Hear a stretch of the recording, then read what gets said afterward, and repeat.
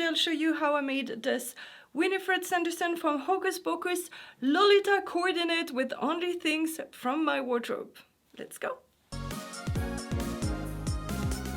First, for the makeup, she has very dark brown eyeshadow.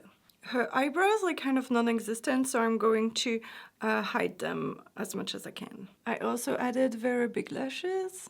She has very round blush spots here. And for the lips, she has a very like almost heart shape, small lips, and shows her teeth. Now that the makeup is done, I will do the wig. Since this is a Lolita coordinate and not a cosplay, I will not style the wig the best way possible because I want to reuse this wig for Lolita and not definitely make it for cosplay. So this is my redhead wig and I will try my best to make it look something like Winifred. I found a way to lift everything very easily and tie this with this kind of bobby pin.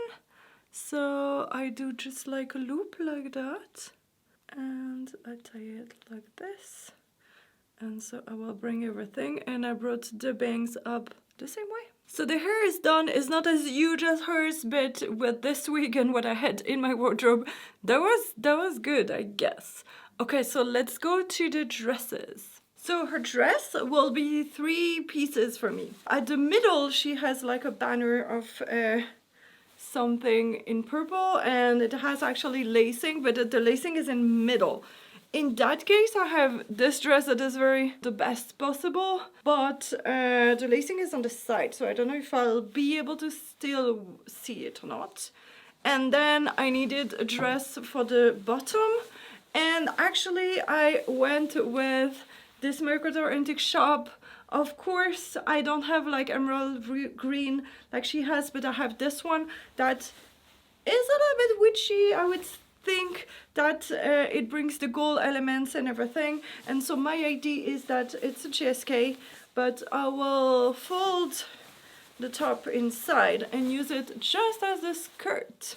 And on top of that, I will put this cardigan to make it the thing in green over it, because I don't really have anything else in green to make it like that. So reminder, this is only what I can do with my own wardrobe, so let's do this. So the Angelic Pretty cardigan, make it quite nice to make it like this coat over thing, and the normally hood will make the nice back here. I don't know, I'll just make it nice for the photos. And I decided to lower the GSK a little bit even, so that you can see a little bit more of the purple here. And I used this Henuli clip to close this cardigan in the front. And she has a necklace very similar to this Fluffy Dory one, so I thought it would be perfect. And also I forgot to mention that she has a very big cleavage here, so I did not wear a blouse. Even though I could have bigger sleeves, I thought this is more important than actually the sleeves. Since her dress is very long and we don't really see what kind of socks she has, I will go with these basic ivory tights. And those are the most witchy shoes that I could have.